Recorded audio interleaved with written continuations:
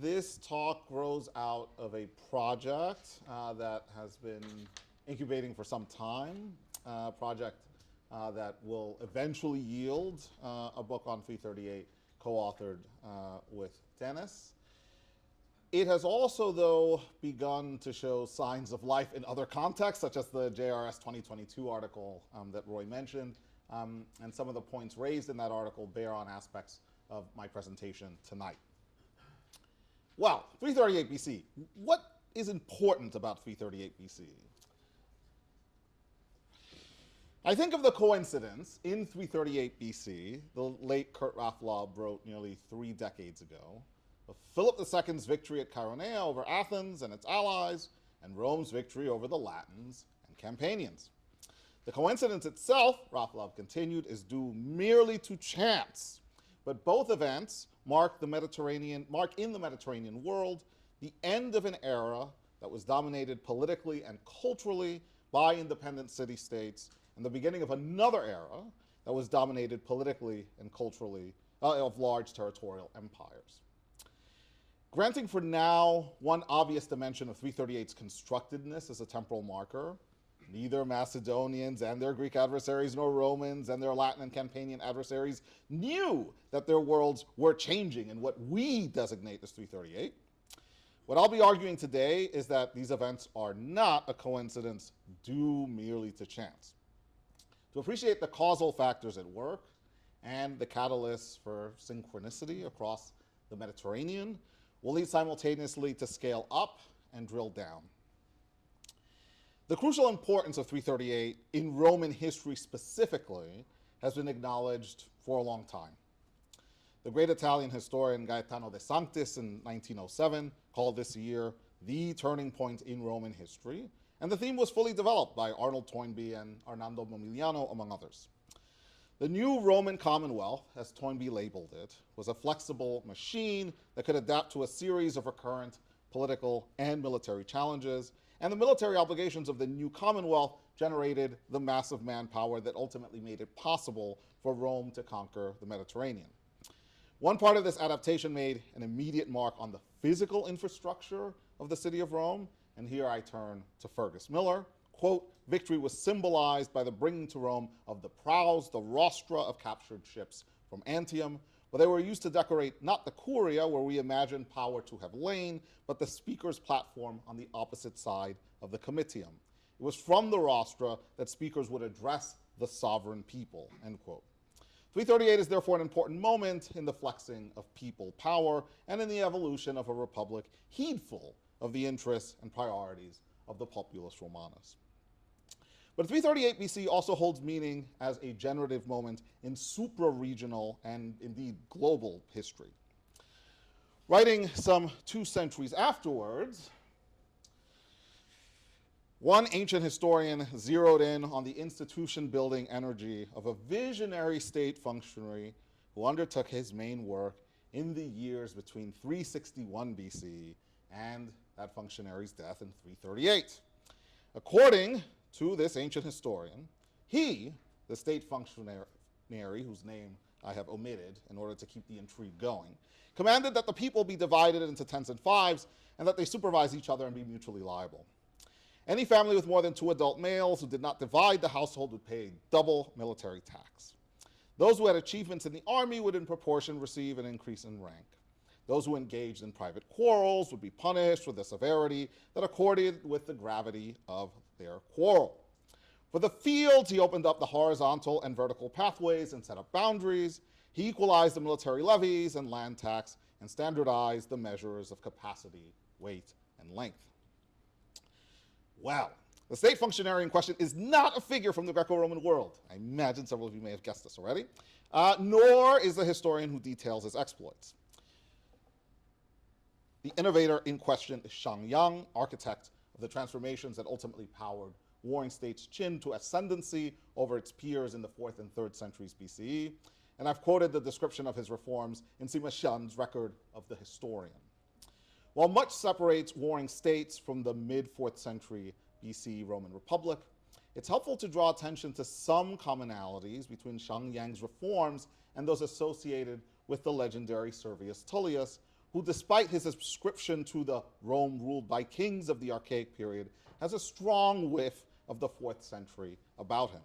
As Michel Hume has argued and others have noted, on account of its tight linkage to the manipular reorganization of the Roman army and to the advent of coinage, the so-called Servian reforms of the census and the composition of the centuriate assembly cannot antedate the 4th century BC.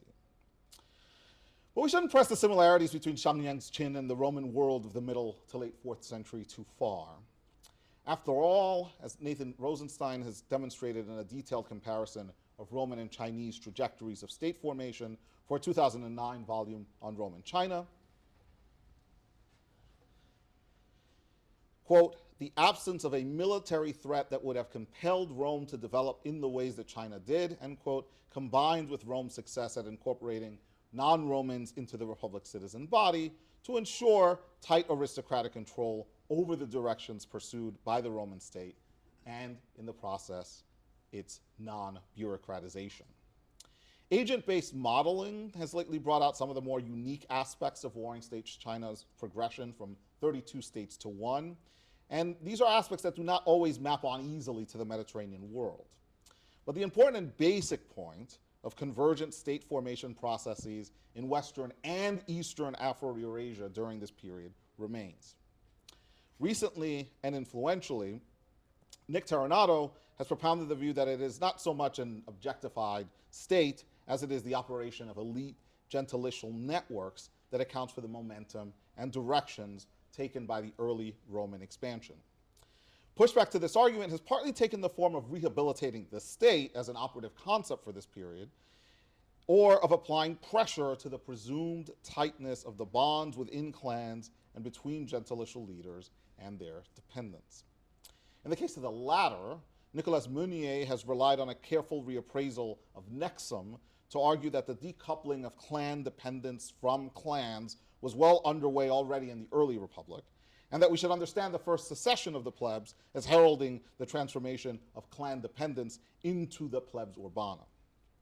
Terranato's thesis, though, is vulnerable for another reason, and this is the reason why I bring it up in connection with developments on the other side of ancient Afro-Eurasia. Recent work on elite kinship networks in other pre-modern societies, and especially warring states in imperial China, has established that, far from working at a remove from or at cross purposes to state-centering initiatives, these networks can fuel the internal entrenchment and consolidation of state power. In any case, the importance of 338 BC shines brightest in treatments of why and how Rome so efficiently establishes itself as Italic hegemon, a subject over which many, many books have been written. Here's a line from Greg Wolf's Roman Empire story that, in my view, has much to commend it. I'll quote Wolf directly. Rome's comparative advantage over its rivals must have been institutional. No other explanation is really plausible. Geopolitics may have played a part, but Rome's location was not so good, nor so unique. The economic resources of Rome's immediate hinterland were not that impressive, especially when compared to those of Etruria or Campania. Romans enjoyed no technological edge over their opponents, not even in the field of warfare. The difference came when Romans began to impose on their defeated opponents permanent obligations. During the 4th century, it seems, Romans began to institutionalize their position as preeminent city of Latium to create a federation of states with Rome at its heart, end quote. While I'm certainly in general agreement with Wolf, it seems to me that in order to make as robust a claim to this effect as possible, we need a broader panorama. My intention for the remainder of this lecture is to multiply the frames of reference available to us for the appraisal of 338 significance. For this multiplication to yield results, a supra-regional perspective is key. The first order of business is to grasp, however impressionistically, the extent of the social and institutional complexification that binds up ancient Afro-Eurasia in the course of the 4th century BCE. Along the east-west axis of what Nicholas Purcell has termed the Tethys Corridor, territorial empires did emerge and strive against each other for supremacy. But equally important are moves along the north-south axis towards new move of social organization, with Central European Latin cultures at one end of this bracket and desert-adjacent civilizational systems on the other. Beyond their increasing involvement in the funneling of goods, raw, worked, and human, into the vortex of nascent imperial formations, how do communities arrayed along the north-south axis participate in the transformations that cluster around 338? As the quarter-century anniversary of the publication of Peregrine Horton and Nicholas Purcell's The Corrupting Sea approaches, it may be easy to forget that one of the 4 definite places chosen for illustration of the historical ecology of the Mediterranean was the Green Mountain in Cyrenaica, and that one of the salutary benefits of longue durée approaches to the history of ancient Afro-Eurasia has been precisely the documentation of those ecological and cultural interdependencies that networked communities all over. One tendency in such longue durée work, though, has been to cleave slivers of Mediterranean Africa away from the rest of the continent. Horton and Purcell's characterization of Cyrenaica is inactive of this tendency. So take, for instance, their description of the region's climate and vegetation. Quote, "It is as if a fragment of some Mediterranean archipelago had been uneasily wedged against the African continent," end quote. The lurking supposition here that the properties that define Mediterraneanness are separable from the African continent is actually undercut by the author's own analysis in this section and elsewhere in the volume. Even if, as Cyprian Broodbank and Giulio Lucarini have lately detailed, there is real purchase in thinking through Mediterranean Africa as an analytic category in the longue durée, the need for imploding the African continent equally within the histories of and in the Mediterranean remains acute. More troubling, perhaps because of its professed aspirations to a kind of histoire totale of antiquity, is a 1,200-page volume on world civilizations before 600 CE that consigns virtually all mentions of the African continent and its kaleidoscopic diversity to the essay on prehistory. The role and importance of even Carthage in this volume are minimized, and Hans-Joachim Goeke's own contribution to the volume on the subject of classical antiquity replays the face-offs usually prioritized in scholarship on the ancient Mediterranean of the first millennium BCE, first Persians versus Greeks, then Romans versus everyone else, without granting so much as a passing acknowledgement to the agency of African communities and cultures. As apparent in another volume edited by Goeke of similar ambition but more student-oriented focus, North Africa is a place where Greeks, Romans, and Punic/Phoenician communities campaign and contend for supremacy. Beyond that, though, we seem not to have traveled far from Hegel's notorious allegation that Africa falls outside of history, even if Goeke and his co-editor do right by their readers in soberly summarizing so as then to dismiss modern German historiographies of classical antiquity that traffic quite explicitly in racism. This is in Goeke and Schneider, 2019. In view of ancient imperialism's lingering capacity to seduce modern historians, it's possible that one reason for this seclusion lies ultimately in the sense that Africa did not independently yield a long-term empire that rivaled the cultural domination of ancient Greece or the political domination of ancient Rome. Except, of course, that it did, and if it hadn't, presumably even the shorter-term formations merit attention in global and comparative histories of empire. Now, I'm not going to be proposing anything today that amounts to a full-scale rectification of this trend. The place to turn for that rectification is Christopher Ehret's Ancient Africa, A Global History to 300 CE, which addresses itself from its opening pages to the writing of Africa out of global history. Ehret writes, quote, "The integral intertwining of Africa's past with the overall movements of early world history seems often still not recognized, not because the historical sources and historical information are not there, but because of a lack of engagement by too many historians with the full sweep of that body of information, and also because of sadly persistent and wrong presumptions of the lack of salience of Africa to broader human history before the slave trade," end quote. In the spirit of Ehret's summons, but adopting a much narrower focus, I want first to show how bringing multiple regions of Africa into the fold of an analysis that is explicitly staked to 338 BCE and the dynamics of the 4th century BCE in the Mediterranean more generally can yield immediate rewards. The two communities of most substantive interest to and direct bearing on the macro politics of the 4th century BCE are the imperial city-state of Carthage and the Greek settlements in Cyrenaica, as many of you will know. The former is involved in the multi-century struggle for domination over Sicily, crossroads of the Mediterranean, soon to reach new heights in the era of Agathocles I of Syracuse. Cyrenaica, and specifically the city-state of Cyrene, occupy a central role in Mediterranean trading networks and, at times of famine for other Greek city-states, become a crucial supplier of grain. Despite the claim of Carthaginian domination over large swaths of the North African coastline that is preserved in sources such as the 4th century Periplus of Pseudo-Skylax, some of these communities will not have been under direct control of Carthage, even if they had entered or been coerced into alliances or defense pacts with it. But setting to the side Carthage and Cyrene, we can profit from stepping beyond the coastline to consider contacts and interactions across the Sahara and beyond. It's manifestly the case that for processes such as urbanization and territorial reorganization, the archaeological evidence from West Africa points mainly in the direction of significant transformation in the early centuries of the first millennium CE. But developments in the centuries preceding hold value for situating the transformations of the Mediterranean world in the age of Philip II and his contemporaries within a much more geographically encompassing frame. To assess the usefulness of this kind of integrated perspective for deriving conclusions about supra-regional processes, let's consider briefly the circulation of precious metal. Especially as it pertains to linkages between the North African coastline and West Africa, this topic is bound up with ongoing debates about the origins, extent, and significance of the trans-Saharan trade.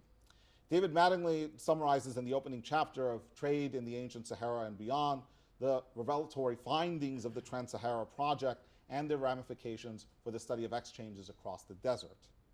Timothy Garrard was probably correct to suggest in 1982 that notwithstanding the indications of commercial contacts beyond the Pillars of Gibraltar in the Periplus of Hanno and other late classical sources, there's no firm reason to believe that precious metal moved out of West Africa and into the Mediterranean during the final few centuries BCE. But what we do know is that by the early centuries of the first millennium CE, standardized copper ingots are circulating as currency in West and Central African networks, and Ehret, among others, has speculated that, to quote him, their use may well go back centuries earlier. If their use goes back a couple of centuries, or even to the late 4th century BCE, the appearance of these copper ingots would overlap with the standardization of ingots as currency instruments in the central Mediterranean. Etruscan uncoined copper, which had circulated from at least the 6th down to the 3rd century BCE, enters into circulation as cast currency bars favored by the Romans begin to be produced in the middle decades of the 3rd century BCE. Aesignatum, for instance. Along with any possibly concurrent historical developments of this sort, we have several interpretive techniques at our disposal for making sense of it. We could understand the coincidence as, once again, a fortuitous coincidence, or as reflecting the diffusion of a technology from one region to another, though this naturally leads to the question of precisely how the technology diffused and what evidence one might muster for such diffusion, or as reflexes of historical processes underway in two separate regions of Afro-Eurasia that yield strikingly similar outcomes because these processes of social interaction and complexification are to some degree homologous.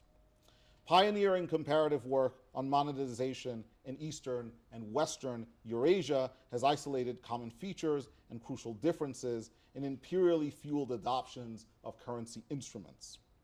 While the parallel between the adoption of copper ingots in West Africa and their circulation in the central Mediterranean and specifically peninsular Italy is certainly intriguing, for now the more important point of my segue into trends in monetization is simply to underline why a comparatively premised account of changes on the African continent that moves beyond the insistent focus on Mediterranean Africa is well warranted. And even if it turns out that Ehret is wrong in presuming the existence of these ingots to extend backwards in time several centuries before their earliest archaeologically attested visibility, there would still be justification for thinking macro-regionally about developments in metal exploitation and use. Note, for instance, the spike in the number of iron smelting sites in Central Africa across the 5th and 4th and down to the 3rd century BCE. None of what I've said should be taken to assert as incontrovertible fact that metal or monetization moves south to north or north to south. The crucial takeaway to hold in your mind for now is that, however we slice it, there's a bigger world outside of the central Mediterranean whose historical trajectories may not just illuminate, but potentially even intersect with the contingencies of an expanding city-state in central Italy. But for this lecture's next move, I am going to make a claim about weapons technology that is grounded in a strong suspicion about north to south and east to west movement. The second order of business is to isolate which specific cultural goods with direct bearing on the properties of Roman militarism may have moved supraregionally. While the progression towards the classical Republican panoply undoubtedly plays a crucial role in the history of central Italy in the decades after 338, much about the precise sequencing of this panoply's adoption remains unclear. Michael Taylor and Brett Devereaux, among others, have written numerous articles about the different stages of this process, and Michael Taylor 2020 offers an excellent account of the incorporation of Celtic armament. In later centuries, Romans seem to have interpreted the mix and match features of the panoply's composition as a testament to a distinctively Roman technological plasticity. But a more compelling explanation from a comparative and world historical perspective is to see the Roman state as having been uniquely positioned to benefit from geographic access to multiple different weaponry systems, and it is here that I am partially qualifying Greg Wolf's claims that I quoted a few minutes ago. Peter Turchin and colleagues made the case in the 2021 study that, to quote them, the level of technology characterizing a particular polity, whether invented or adopted, depends not on the polity's characteristics, but rather on the characteristics of the interpolity informational and competitive interaction spheres to which it belongs, end quote. One useful illustration of this work in microcosm is the so-called Sword of San Vittore, a ritually killed artifact that dates to the late 4th century BCE. The sword marks the convergence of multiple cultural influences on the changing nature of the Roman panoply, and has therefore been tapped for insight into the military history of the Middle Republic. The shape of the sword shares obvious affinities with Latin weaponry, and the ornamental stars speak to some degree of Macedonian or Adriatic mediation. Meanwhile, the Latin inscription on the sword attests to its manufacture or repurposing at Rome itself. Taken together, these aspects of the sword's craftsmanship offer insight into the regional and super-regional parameters of technology transfer in the late 4th and early 3rd centuries. Two basic considerations about this technology transfer are worth keeping at the forefront of our discussion. The first is that the edifice of cultural memory that arises in the decades after the Gallic sack and its various immaterial and material sequelae establishes beyond any reasonable doubt how formative interactions with the Celtic world were for Roman identity in the Middle Republican period. This is not a terribly controversial point. But the second is that these interactions proceeded chiefly along paths that are later minimized, if not actively covered up, by Roman or pro-Roman sources from later periods. Some of these paths we can retrace with the help of archaeology. It seems obvious enough from the Sword of San Vittore, from other archaeological testimonia, and from some later literary sources that the Roman panoply derives important components from Latin culture. Numismatic evidence, meanwhile, invites consideration of the possibility that Macedonian designs may have reached central Italy both directly and through the mediation of Celtic coinages that imitated the staters and tetradrachmas issued under Philip II and Alexander the Great. But what are the other pathways by which Celtic cultures interface with and reshape important aspects of Roman Middle Republican life. My hunch, and here I have to stress that this is truly just a hunch, is that for most of the 4th and a good chunk of the 3rd century as well, a triangle trade whose essential features were already in place by the end of the Archaic period linked central Italy to Cisalpine Gaul, Transalpine Gaul, and temperate Europe. Daphne Nash Briggs characterizes the Archaic period trade as consisting of, and I'll quote from her 2003 article, metals, salt, and slaves. In Nash Briggs' view, enslaved persons were trafficked out of Gaul and temperate Europe for service in wealthy households in Italy and beyond. In the 5th and 4th centuries, though, aspects of this traffic undergo a transformation on 2 levels. The evidence of the 12 tables from the 5th century, meager and late though it is, makes clear by implication that at least some central Italians, and specifically Romans, could have been sold into captivity across the Tiber, Trans Tiberum. The first and especially the second Romano-Carthaginian treaties, along with testimonies to Etruscan and Italic piracy, point rather strongly to the existence of a central Mediterranean slaving zone that sweeps up Italians and Celts in its wake. So the triangle trade of the Archaic period experiences a shift in direction. Romans and Italians could and were being trafficked out of central Italy to destinations west and possibly east, and to destinations north. The clearest indicator of this shift has to do with the transformation of the Roman panoply. Let's assume for a moment that the sword of San Vittore is not a one-off, but is rather emblematic of a more general taste for Celtic-style weaponry at Rome. How exactly are Romans getting their hands on this armament for imitative production and or direct appropriation into what eventually consolidates as the panoply? One possibility is, of course, battlefield spoliation. Another possibility, not exclusive of the first, is trade. The distribution in the 3rd century BC of Greco-Italic amphorae, signaling evolving commercial contacts with Gaul, the Iberian Peninsula, and North Africa, now features in accounts of Rome's commercial transformation on the eve of the Punic Wars. Certainly by the middle decades of the 3rd century BC, wine is moving out from Italy to destinations in the central and western Mediterranean. As a regional or super-regional trade in weaponry scales up over the early decades of the 3rd century, the most plausible assumption we might make is that wine was what enterprising Italians were bringing to the table for exchange. But in the century prior to central Italy's economic reorientation around intensifying wine production, the century where collisions with the Celtic world impressed on Roman memory the force and skill of Celtic weaponry, what could have been offered in exchange for well-wrought swords? Human beings is the suspicion. Seen in this light, the story of the panoply's creation is inseparable from the enslavement flows that occur during the 4th and early 3rd centuries BC. It's also inseparable from the steady accumulation of Central Italic contexts of knowledge and know-how from Celtic communities, although an account of this dynamic will need to be deferred. What matters most for present purposes, though, is to stress the fundamental interconnectedness of the transforming Central Mediterranean with cultural formations to the north, and the relevance of that interconnectedness to the institutional and political liftoff that occurs in the Roman world after 338. Interconnectedness as a principle of Central Mediterranean cultural expression is most strikingly on display in what Craig Champion in his book Peace of the Gods has called accumulative civic polytheism. That much remarked Roman tendency, apparent most of all in those decades on either side of the Second Punic War, to welcome new or newly reconceptualized divinities into the fold of urban cultic life.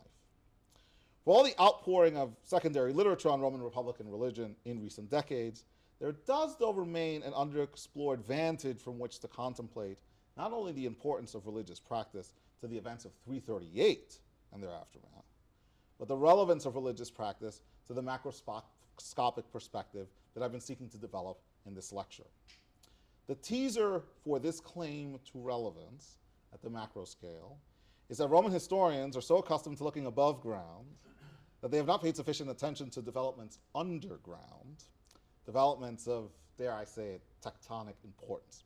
But to establish why matters underground could hold meaning for the study of 338 BC, It's necessary first to comment on what we know or think we know about Rome's religious ascendancy in the 4th century.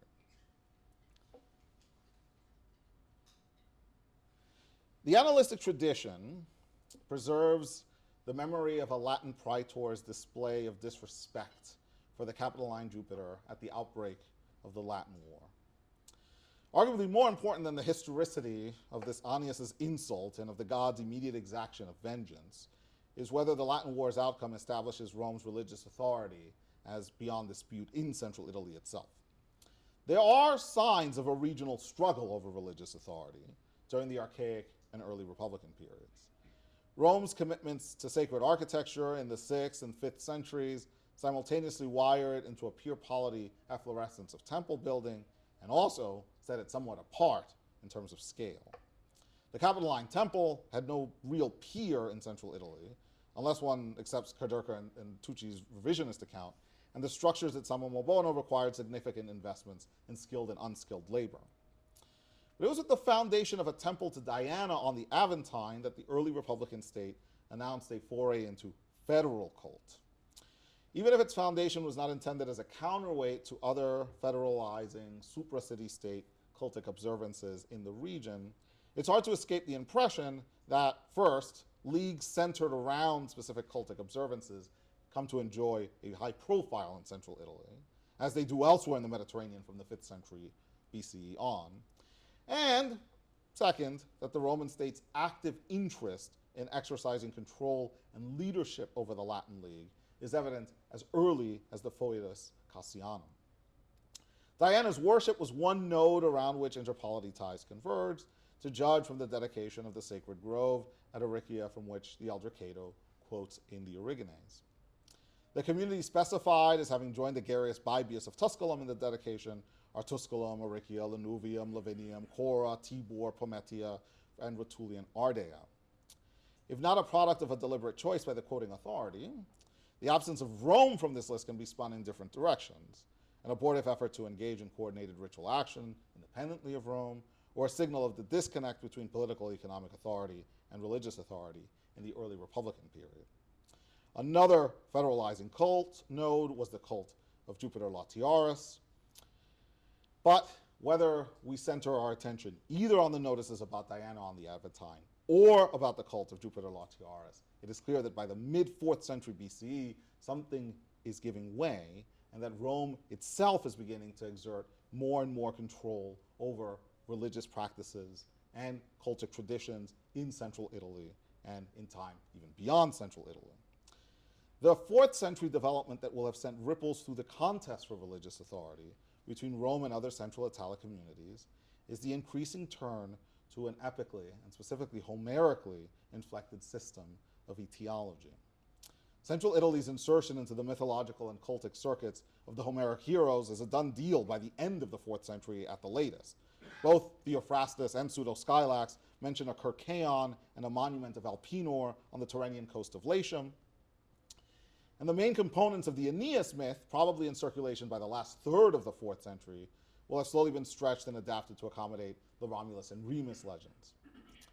These are clearly in place by sometime in the 3rd century at the latest.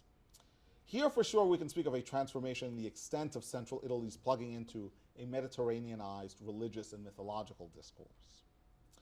But, and now I come to the intervention that I think helps us bridge between the articulation of this discourse and the macroscopic perspective of interest to me. The most underappreciated turn in the religious universe of the Roman and peri-Roman communities of the 4th century relates to a specific property of the Italian peninsula. It is the property that spurs the rise in this period of stories about Romans who devote themselves to the gods below, from the Curtius who plunges into history and exemplarity at the Lacus Curtius, to the Decii Mures who devote themselves on the battlefield, beginning with the consul at the Battle of Veseris in 340. The property is the peninsula's geomorphology, the distinctiveness of which has been thrust into ever sharper relief by the finds at San Casciano dei Bagni and the resurgence of conversations about religious activity at thermal springs in the peninsula. How dispositive historically is the geomorphology of peninsular Italy for the expression of Italic religious sensibility and for those contests over religious authority that characterized the 4th and 3rd centuries BCE? Centuries before Horace's reference to the Fontes Clusinae, thanks to the work at San Casciano dei Bagni, we have unambiguous archaeological evidence for extensive and multi-century religious activity at thermal springs. This activity affords us plenty of space for interpretation and historical reconstruction.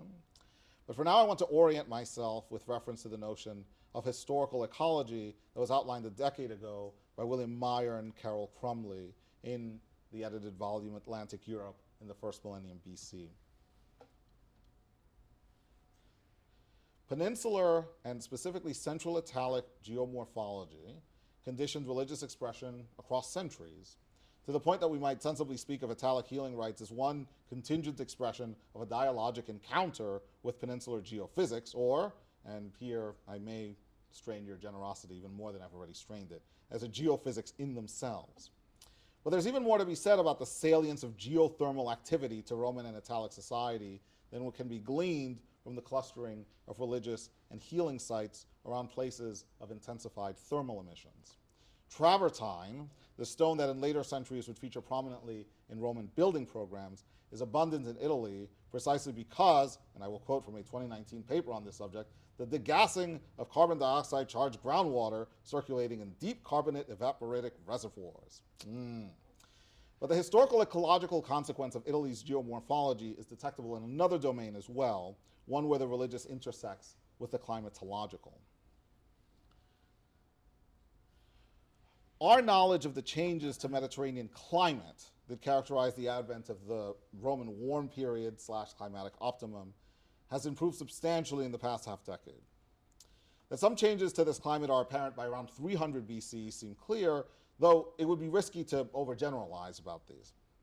As several of us working on climate history and the early Roman expansion argued in a paper that published last year, and I'll quote, although global indices may reflect a period of an overall warmer climate commencing around 300 to 200 BC, local data suggest considerable differences of the timing and expression of this trend across Italy, something that makes sense in light of the peninsula's fragmented ecologies.